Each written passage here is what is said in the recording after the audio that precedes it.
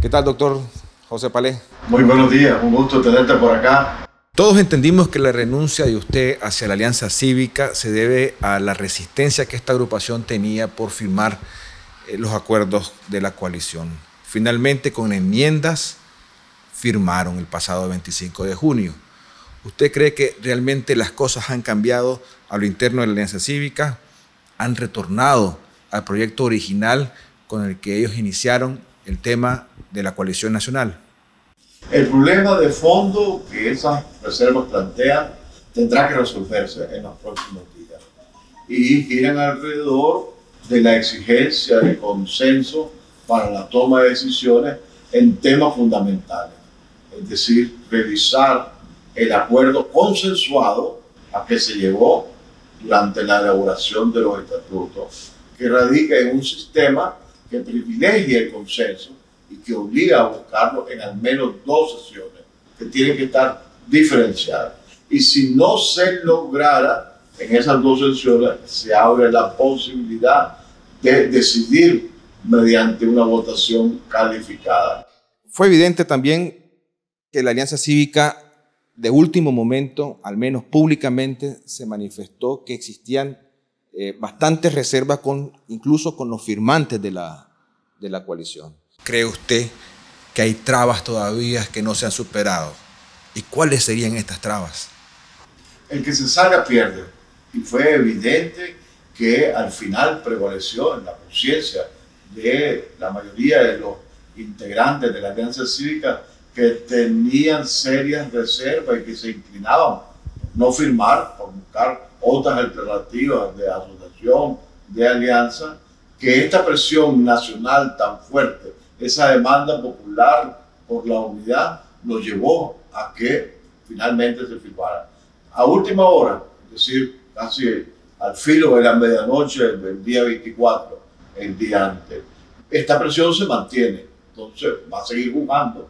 Y yo veo muy difícil que, a pesar de que esos intereses por romper subsisten, lógicamente subsisten, pienso que se han venido reduciendo en cuanto al número de personas o de organizaciones que al interno de la alianza estarían empujando, como estuvieron empujando fuerzas en su momento, por estar considerando que una salida de ellos, habiendo firmado, es todavía más grave que no haber firmado. Y firmaron, desde luego, porque ese es el mandato popular y la demanda popular, y eso los metió a una presión popular muy grande.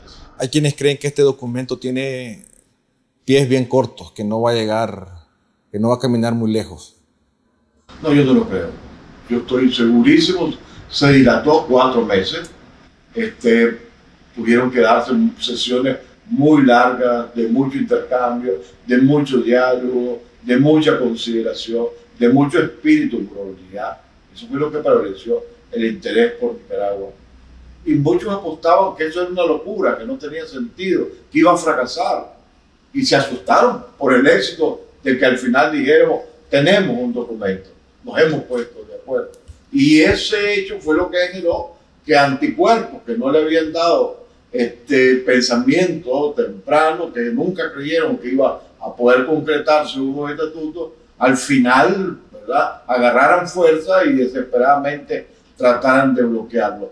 Pero todo ese mecanismo de entendimiento, de generación de confianza, fue lo primero y lo más importante.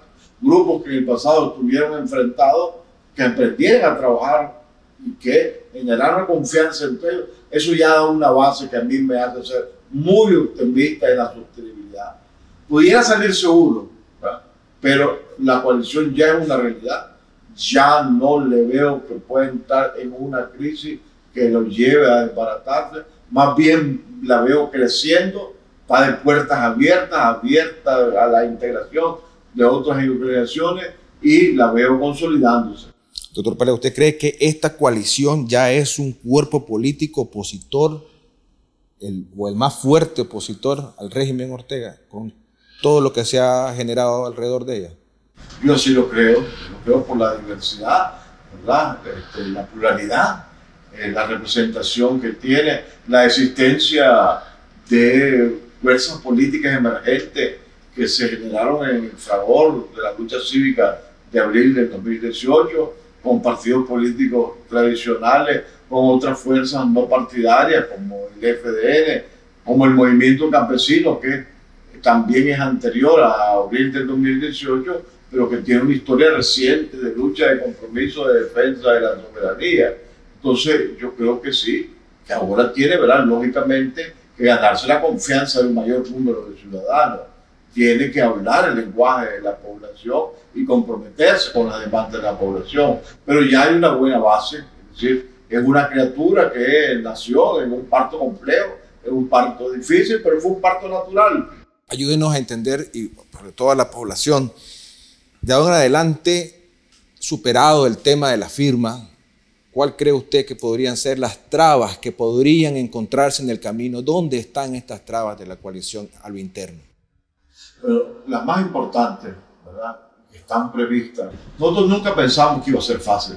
Sabíamos que iba a ser muy difícil, como lo fue, pero como te digo, prevaleció el espíritu de unidad y la necesidad de enfrentarse a un régimen que está destruyendo el país. ¿Dónde puede ser esa traba? En la decisión de cuál sería la casilla por la que se va a correr, pero es una discusión que yo he sostenido que no tiene ningún sentido adelantarla, que va a depender en su momento si hay condiciones desde mi óptica para participar en un proceso electoral, porque hay una gran cantidad de personas que coinciden conmigo en que no es ir a participar en cualquier farsa bajo las reglas de Ortega, que la salida electoral es únicamente válida cuando unidos todos luchamos por cambiar, incidir en condiciones verdaderas, con el apoyo de la comunidad internacional, que la tenemos. Y por eso yo he insistido que la unidad es ya. La unidad no es para ir a un proceso electoral que no sabemos cómo va a ser, sino que la unidad es ya para lograr que ese proceso electoral nos permita decidir con nuestro voto. Entonces, superado esto, vamos a ver qué dice la ley electoral. Nuestra propuesta es que se permita que las alianzas electorales puedan llevar su propio nombre y puedan tener una casilla, por ejemplo, la casilla X o Y para la coalición nacional, como fue la 1. Pero si no se diera esto, ¿verdad?, entonces estamos ante varios escenarios. Entonces, en un escenario que no se autorizara eso, sí habría problema, discusión, cuál de los partidos políticos que estarían integrando la coalición eso sería pues, una de las posibles tensiones. Doctor, yo me quiero quedar y me quiero detener un poquito en el tema de las trabas, porque yo logro identificar quizás una posible traba con estas enmiendas que se firman a última hora dentro del documento de coalición. Estas enmiendas establecen que decisiones tan importantes como el tema de la casilla, el tema de las reformas, el tema de los mecanismos para elegir a los candidatos o a los posibles candidatos en un proceso electoral tienen que ser a través de consenso. Entonces esa palabra, consenso, ¿qué tan peligroso es para esta coalición? Porque para muchos se interpreta como un poder de veto que dejó un sector empresarial dentro de la coalición, pero que puede ser utilizado por cualquiera de las fuerzas dentro de esta coalición. Efectivamente, el veto te puede convenir en determinados momentos y puedes tratar de usarlo con la mejor de las intenciones, pero también puede convenir a otra parte y afectar las propuestas que vos estás haciendo. Yo no considero, nunca he considerado que sea conveniente, no es democrático, nunca ha sido democrático. En una campaña, por ejemplo, en que tiene que tomarse las decisiones rápidas con autoridad. La campaña se llama porque es un reflejo de una guerra cívica, una guerra armada, y nunca está previsto en una campaña que alguien esté discutiendo, atrasando una decisión importante. Se requiere rapidez en la toma de decisiones. Entonces, efectivamente, hay cosas en que, por ejemplo, poner el consenso para el plan de la acción, para el plan de gobierno, ahí yo no le veo mayor problema, porque todos tenemos la misma visión. Yo ya he podido apreciar que la salida pues, de consolidación de la democracia, de reestructuración profunda de la economía para acabar con la pobreza, ahí todo el mundo coincide. Pero hay otras decisiones que podés encontrar pues, el riesgo de alguien que se pare y diga no estoy de acuerdo, no estoy de acuerdo, no estoy de acuerdo, y que logre romper, ¿verdad?, con la coalición o atrasar toma de decisiones cuando los tiempos son muy fundamentales en esto. Los tiempos se agotan y una decisión que sea fuera de tiempo, ¿verdad?, puede matar a la coalición o sacarla del juego democrático. Por eso para mí lo que tiene que prevalecer, ¿verdad?, es una mayoría calificada de 3/4, y es aventurero pues pretender el veto para vos si esa misma veto lo puedan usar otros que tienen una idea contraria a la tuya. En definitiva, tenemos que pensar en qué es lo que conviene, y creo que a la coalición nacional no le conviene que nadie tenga la facultad de paralizar el funcionamiento de esta herramienta tan útil, tan necesaria para encauzar al país en la ruta correcta hacia la democracia y hacia la justicia y hacia la libertad. Me queda a mí la impresión que lo que se acordó de última hora, usted no está de acuerdo. No, por haber puesto la enmienda de que se van a considerar, de que se van a analizar, no, yo estoy de acuerdo, ¿ya? Porque esto permitió que la Alianza Cívica firmara, lo cual yo he expresado que a mí me satisfizo, me puso muy feliz. Vi que era la realización de un esfuerzo colectivo en el cual nos involucramos muchas personas con toda nuestra vida y nuestra voluntad. Pero lógicamente el problema de fondo no está resuelto. Se va a resolver, pero este tiempo, ¿verdad?, que ha transcurrido desde la firma hasta que llegue a abordarse al interno de la coalición, ya constituido el Comité Nacional, puede utilizarse para reflexionar, para valorarse, para analizar. Se va a repetir una discusión, porque este tema no es nuevo. El tema del consenso y la posibilidad de que se convierta en el veto fue el tema que más tiempo ocupó en la negociación original de los estatutos. Yo diría que fueron, pues, ¿cuántas horas? 7, 8 días dándole vuelta, viendo los pros, viendo los contras. Entonces ya hay una gran experiencia sobre cuáles son los argumentos a favor y en contra. Entonces va a volverse a repetir la solicitud de la alianza, pero veo muy difícil yo que se dé un cambio total en las reglas del juego, ¿verdad?, por los temores que hay, razonables, y que yo comparto, de que el consenso a ultranza, ¿verdad?, mal empleado, se puede convertir en una arma que paralice y haga fracasar a la coalición. Quiero desmenuzar un poco más a los actores dentro de esta coalición.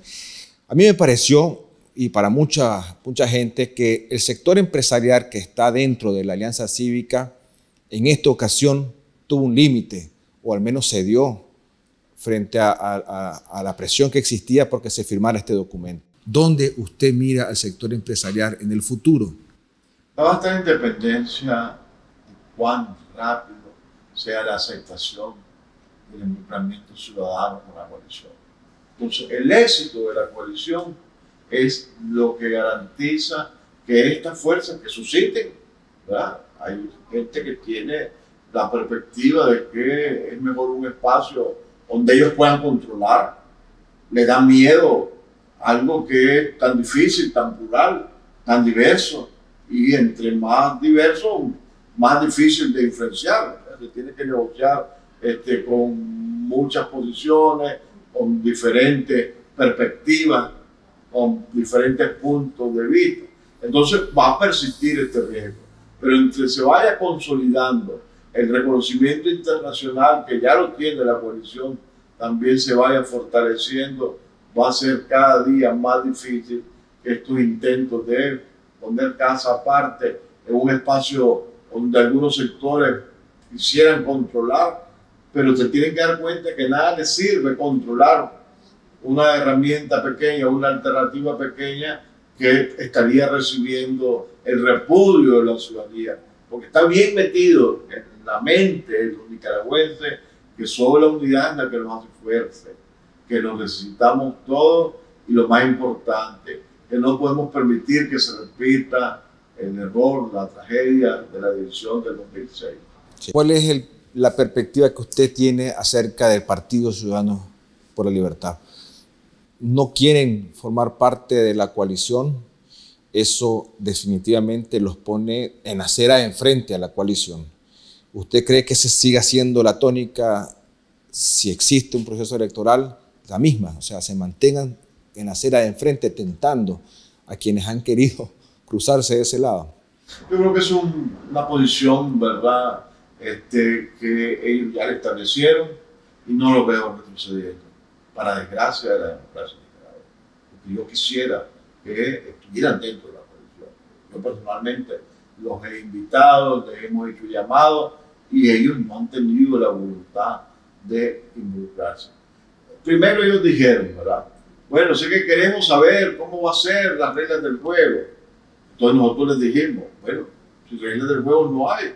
Aquí la Alianza Cívica no quiere ser la vanguardia que les pone las reglas y decirle sí, construyamos todo, vamos a ir a hacer la arquitectura, pero seamos los trabajadores de todos juntos ese diseño. Así fue el resultado de esta cosa. Ahora ya tienen las reglas del juego, ellos conocen ya los estatutos y todavía, ¿verdad?, primero decían que no les parecía, que no los conocían, ahora que los conocen pues ya no dicen nada. Entonces eso me lleva pues al convencimiento de que es una posición muy definida, que no estarían apostando a la unidad total. No lo veo cambiando, hay que hacer los esfuerzos, ¿verdad?, hay que seguir empujándonos. Logramos que la coalición se defina como un espacio abierto. Se ha hablado con toditos y toditos los integrantes han coincidido que queremos hacer ponerle allí, que nadie se va a oponer si ellos dan el paso en la línea correcta, ¿verdad?, y que va a continuarse haciendo los llamados, pero yo pues por el análisis de sus experiencias, de sus expresiones, de lo que sucedió en 2006, y ahí están los mismos actores, parte de los mismos actores de la edición del 2006, desgraciadamente no puedo ser optimista, ¿verdad?, pero insisto, quisiera equivocarme. Doctor, también viendo los antecedentes históricos, 2006, incluso el caminar de C por L, tienen planteamientos incluso para muchos en la población con mucha lógica, y se lo voy a desmenuzar de la siguiente forma: en los posicionamientos o discursos que existieron el día de la firma de este acuerdo. Por un lado, el movimiento campesino y su representante hablaba de que esta coalición debería de convertirse en un esfuerzo supremo para empujar una renuncia del presidente Ortega. Por otro lado, la representante o delegada de la UNAP decía que la prioridad de la coalición debe enfocarse en el tema de la pandemia en este momento y el tema de justicia. Le da como cierto temor, al parecer, a la UNAP hablar de procesos electorales para salir de la crisis política con el régimen Ortega Murillo. Pero por otro lado, el PLC sí fue categórico y para algunos incluso fue un discurso electorero el que llegó a dar el señor Rosales, y habla con una firmeza de que el proceso electoral es la única alternativa que tenemos para salir de la crisis. ¿Usted cree que ese realmente es la salida de la crisis a través de ese esfuerzo electoral?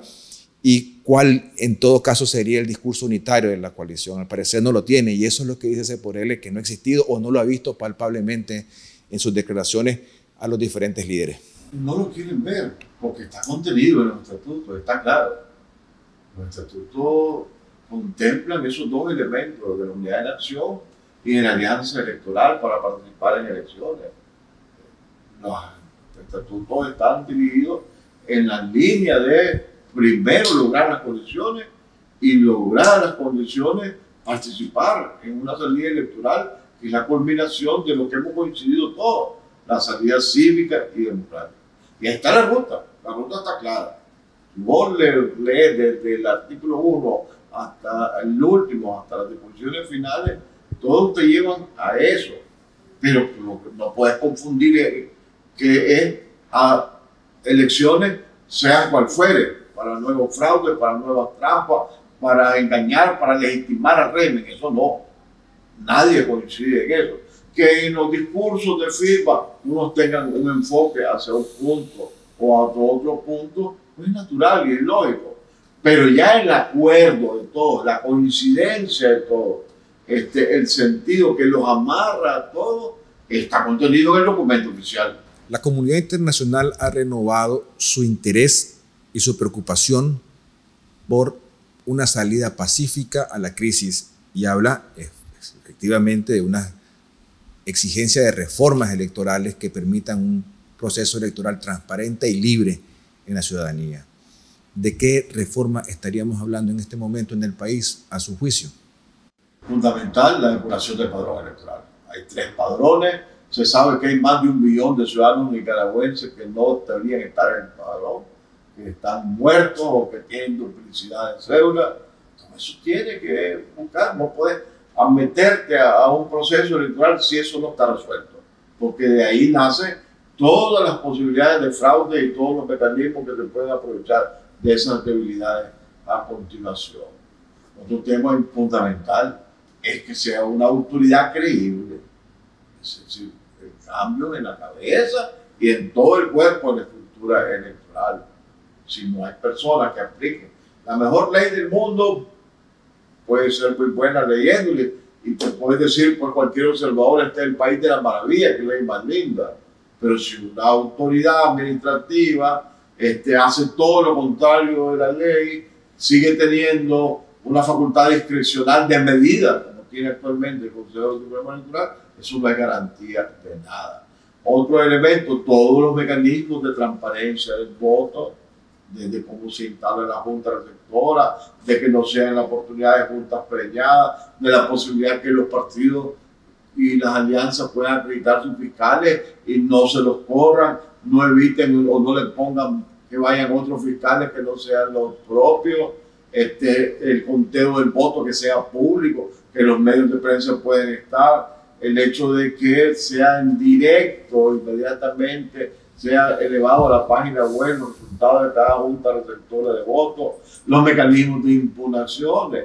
Es decir, eso sería para mí, ¿verdad?, lo más importante de una serie, ¿verdad?, de fallas que hemos estudiado y que requieren una diferentes formas de corrección, pero si nos centramos pues en los fundamentales, yo creo que estarían en la línea de eso, que son esenciales, pero en ambiente de libertad, porque nada sirve si no hay libertad.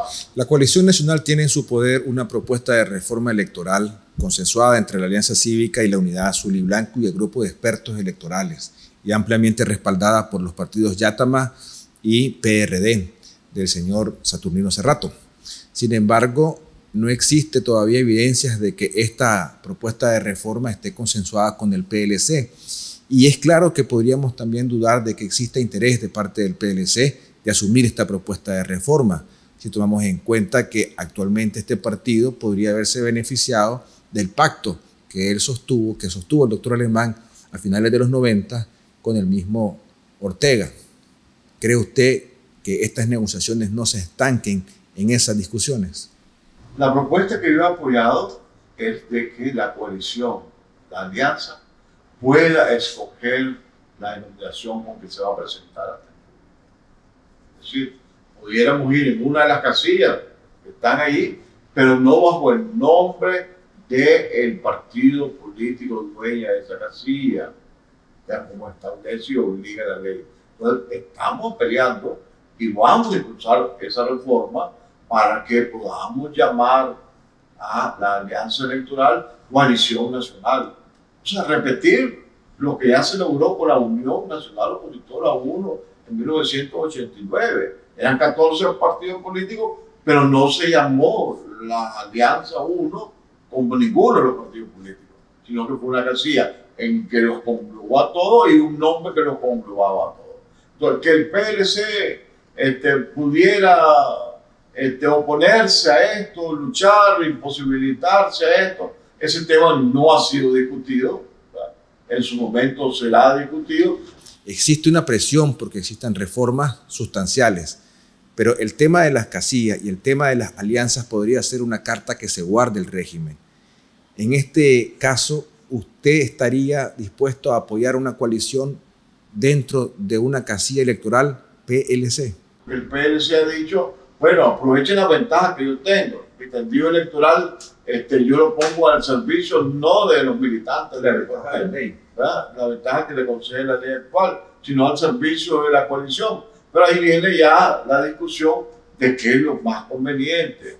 ¿Ves? No te puedo decir yo si el PLC tiene una posición cerrada sobre este tema, porque no se ha abordado a profundidad. He visto buena voluntad de ensayar diferentes mecanismos, diferentes aproximaciones, porque todo va a estar también en el interés que se tenga de lograr la mayor cantidad de apoyo. Al final, lo importante no es que yo exijo que vayas aquí, sino que vas a valorar, si vamos así con este nombre, qué posibilidades tenemos de lograr la suficiente cantidad de votos para garantizar una reforma constitucional profunda como la que hemos ofrecido, o qué posibilidad tenemos de no lograr esa mayoría que necesitamos en el poder legislativo si vamos de esta o de esta otra forma. Y yo creo que al final a lo que todos les interesa es ganar y ganar con la diferencia más grande para hacer las transformaciones que el país requiere. Sin embargo, sí hay señales para mí y para muchos peligrosas, pues, de parte del doctor Alemán y del PLC, de un plumazo, si se podría decir. Él ha aplazado todos los procesos internos de reestructuración interna del partido y manda una señal como que se prepara para ser un negociador, un actor fundamental en el tema de la casilla, sobre todo en el tema de las reformas electorales. Pero si hiciera esto, estaría rompiendo los acuerdos que hemos llegado en la coalición y de previo, incluso en el propio reformas electorales, porque ya hemos acordado defender a una sola voz cuáles son las posiciones de las reformas que el país necesita. Y hemos logrado consensuar un poco más del 90%. Y hemos establecido que nadie puede, por ir solo, a enfrentarse con el Frente Sandinista para negociar una reforma que solo les convenga a ambas partes y que abandone ese consenso, esa posición unánime. Ese es el compromiso público y privado del PLC. Que hay una fuerte presión desde su base y de toda la sociedad y de la comunidad internacional para que ese compromiso sea honrado por sus autoridades, que sea. Segundo, el PLC firmó los estatutos y en los estatutos, ¿verdad?, establece la obligación de que prevalezca la democracia interna de todas las organizaciones integrantes. Este compromiso también tiene que honrarse.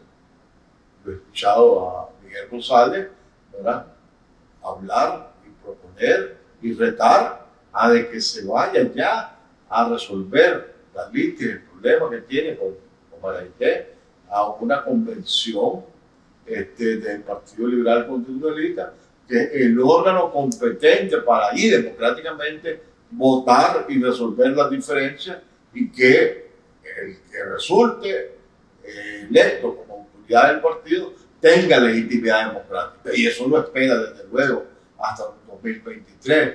Lo que nos ha dicho es que debería hacerse en cuanto los niveles de crecimiento de la contaminación de la pandemia disminuyen. Es decir, cuando la curva se aplane y se den condiciones, estaría convocando, ojalá, yo creo que es necesario que sea este mismo año, pues clarísimo que no pueda ser el 11 de julio, que ya está encima y que estamos en el pico de la pandemia, pero que debería ser, pues, después de julio, agosto, septiembre, octubre, pero nunca hasta 2023, es lo que nosotros confiamos y es lo que nos ha transmitido Miguel González, que existe el compromiso de ellos de ajustarse y de buscar en lo personal que su presidencia sea el producto de la decisión mayoritaria de su partido mediante un ejercicio democrático. Entonces yo he dicho que a mí me satisfizo mucho que el PLC firmara esos estatutos, porque esa firma lo comprometió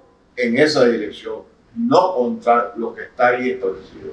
Sí, sin embargo, el mensaje sigue siendo bastante polémico, que envía una organización interna con una crisis profunda de democracia en ese partido político. Doctor, yo para finalizar, ¿dónde se ubica José Palé en un futuro dentro de esta coalición?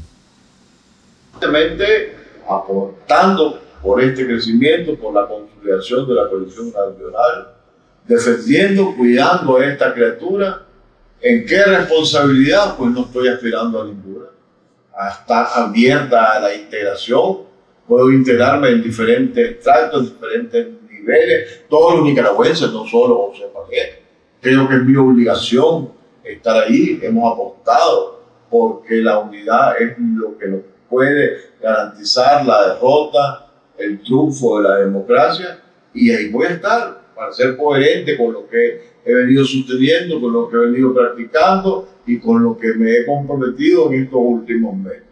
Entonces no me puedes hallar en ningún lugar diferente que la coalición nacional y ese esfuerzo unitario que es de todos. Le agradezco, doctor, por atendernos en su casa. Vale, a la orden, con gusto. Y seguramente en el futuro nos volveremos a ver. Así esperamos, en mejores condiciones. Gracias. Gracias a vos.